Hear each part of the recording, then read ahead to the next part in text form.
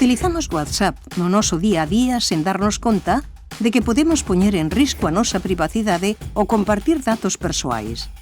Por iso, neste vídeo tutorial, explicámosche como configurar os axustes de privacidade da aplicación.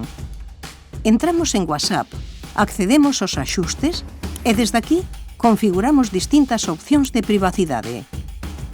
Comezamos coa visibilidade básica.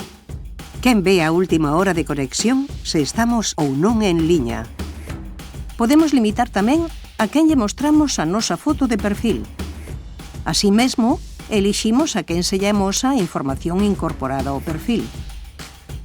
Tamén temos a opción de configurar quen ve os enlaces publicados.